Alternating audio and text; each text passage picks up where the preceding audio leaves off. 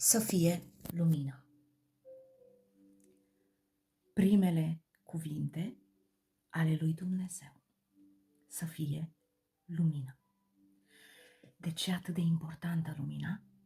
Pentru că doar în absența luminii sau în prezența luminii există forme, există materie, există obiecte. Cum vedem noi? Cu ajutorul luminii. Lumina lovește obiectul, apoi se reflectă în ochii noștri, care formează, decodifică și reușim să creăm ansamblu și să vedem. Ei bine, suntem la a șasea chakra. Se mai spune și chakra celui de-al treilea ochi. Chakra de care foarte multă lume are frică. Pentru că este difuză ideea și este difuz conceptul că în momentul în care cel de-al treilea ochi se deschide, vedem ceea ce nu ne place. Putem percepe ceea ce cu ochii fizici nu putem vedea. Ei bine, astăzi vorbim despre această chakră și despre perspectiva din care eu o percep. Acest centru energetic este un centru important, pentru că aici se formează conștiința. Acest centru energetic are legătură cu două mari glande, care sunt glanda pituitală și glanda pineală. Un pic mai încolo voi explica de ce, după părerea mea, acest vortex este corelat cu al treilea ochi, dar nu este al treilea ochi. Doar lucrând cu acest centru energetic, Anja, doar așa putem deschide al treilea ochi. Ce se întâmplă în momentul în care lucrăm cu acest ochi? De obicei, se spune în momentul în care noi începem să lucrăm, se deschide al treilea ochi, vei vedea mai multe. Asta se întâmplă după echilibrarea acestui centru energetic. Aici are loc conștiința de sine. Iar conștiința noastră de sine apare la 3 ani. Atunci când noi reușim să ne vedem separați de mamă. Până la 3 ani, noi și mama, sentimentele noastre, gândurile noastre, tot ceea ce înseamnă mamă, suntem noi. Suntem un tot unitar.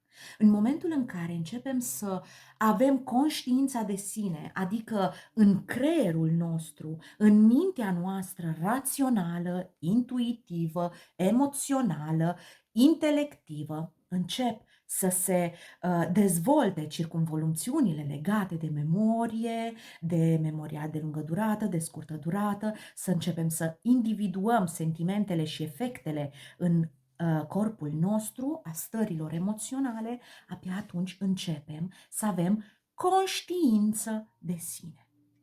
Ei bine, această conștiință, pe măsură ce avem raporturi cu mama, cu frații, familial, în grădinițe și apoi la școală, această conștiință de sine se mărește. Asta înseamnă că ne percepem pe noi în ambient. Înțelegem că noi suntem diferiți de ambient, că ambientul poate să ne dea anumite stări, poate să ne accepte sau să ne respingă sau să fie periculos sau să fie primitor. Deci toate aceste stări este o comunicare între noi și ambient. Ei bine, toate lucrurile acestea se desfășoară în conștiința noastră.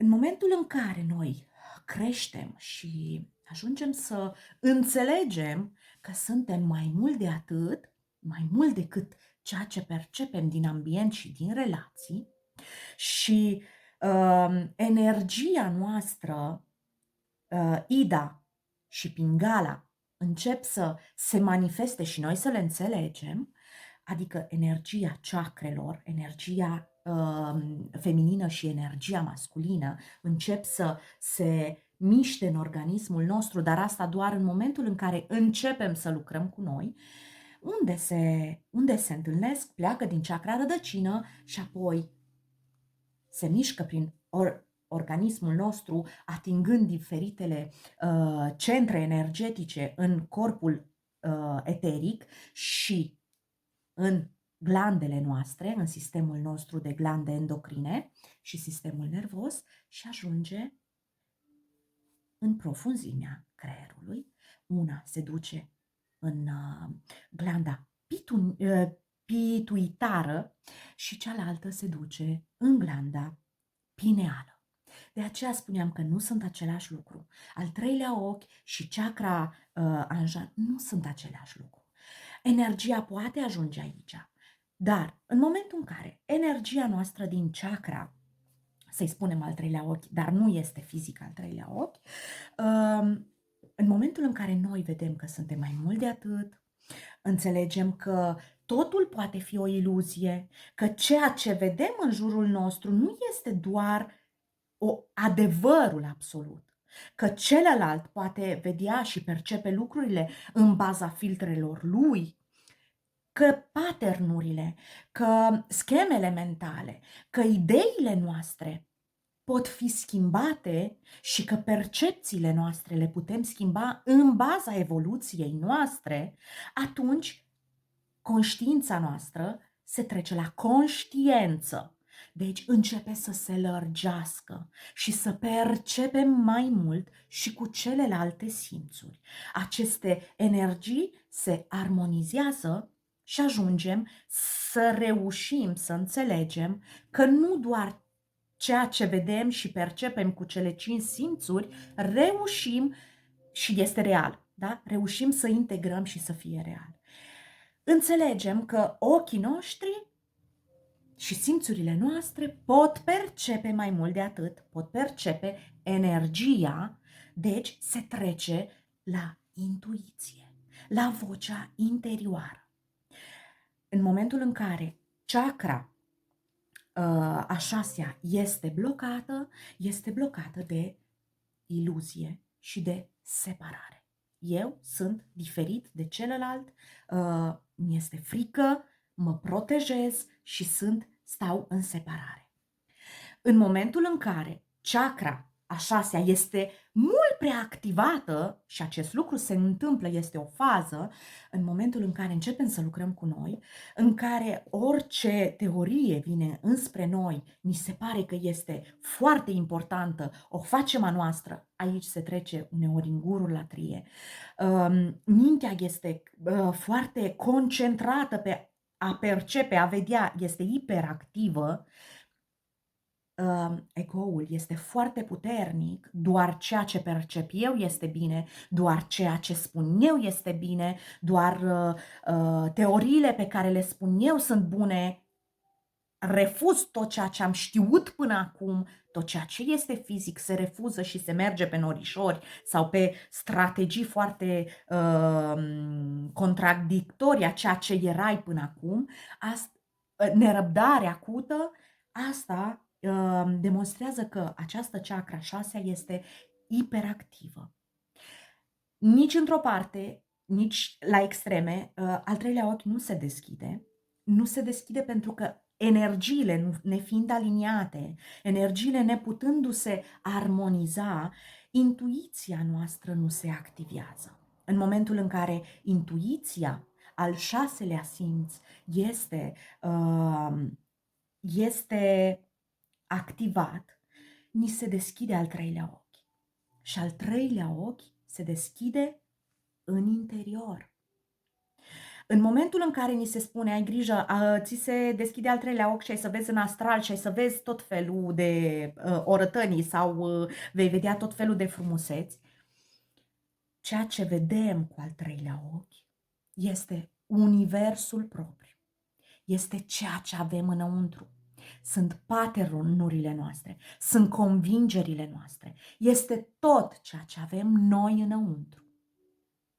Acolo ne arată al treilea ochi să ne îndreptăm. Vedem propriul nostru univers. Reușim să ne percepem mai mult decât acest corp fizic, mai mult decât doar mental, corp energetic, ci reușim să vedem în imagini ceea ce conținem noi. Și de aceea la foarte multă lume este frică, pentru că acolo se văd umbrele. Acolo sunt demonii noștri ascunși, dar tot noi suntem. Și în momentul în care începem să vedem aceste lucruri, începem să lucrăm și să acceptăm ceea ce suntem. De aceea, această chakră este foarte controversată, dar în același timp atât de importantă.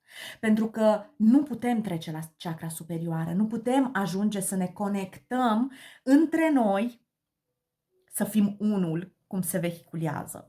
Nu putem să avem raporturi foarte frumoase cu ceilalți dacă noi nu ne acceptăm pe noi înșine cu limitele noastre, cu modul nostru de gândire, cu umbrele noastre. De aceea, în momentul în care începem să lucrăm cu a șasea chakră, este lucrul cel mai înfricoșător. Pentru că, cum ziceam, aici se întâlnesc cele două energii, masculin și feminin, din chakra rădăcină, unde avem supraviețuirea. Și această chakră, în momentul în care energia urcă, ne arată exact, viziv, de ce ne este cel mai frică. Și frica noastră cea mai tare este frica de supraviețuire, de moarte și de a dispărea. De aceea, iluzia că putem controla lucrurile, că suntem separați, că noi nu suntem ca ceilalți sau ceilalți nu sunt ca noi, ne face să nu ne deschidem al treilea ochi, chiar dacă, poate, cu chakra 6 suntem destul de... lucrăm destul de mult. Totul se întâmplă doar în baza a ceea ce suntem. Niciodată nu vom vedea și nu vom percepe și nu vom atrage spre noi ceea ce nu suntem pregătiți să înțelegem. De aceea, cele două energii se intersectează în două glande diferite. De aceea, întâi se lucrează cu chakra, anja, și abia apoi se deschide al treilea ochi. Pentru că în momentul în care această chakră începe să lucreze, se armonizează cu tot ceea ce suntem, ușor, ușor și al treilea ochi se deschide. Pentru că abia atunci, după ce aici suntem armonizați, abia și percepțiile noastre sunt mai profunde, ușor, ușor ajungem să avem al treilea ochi, cel spiritual, deschis.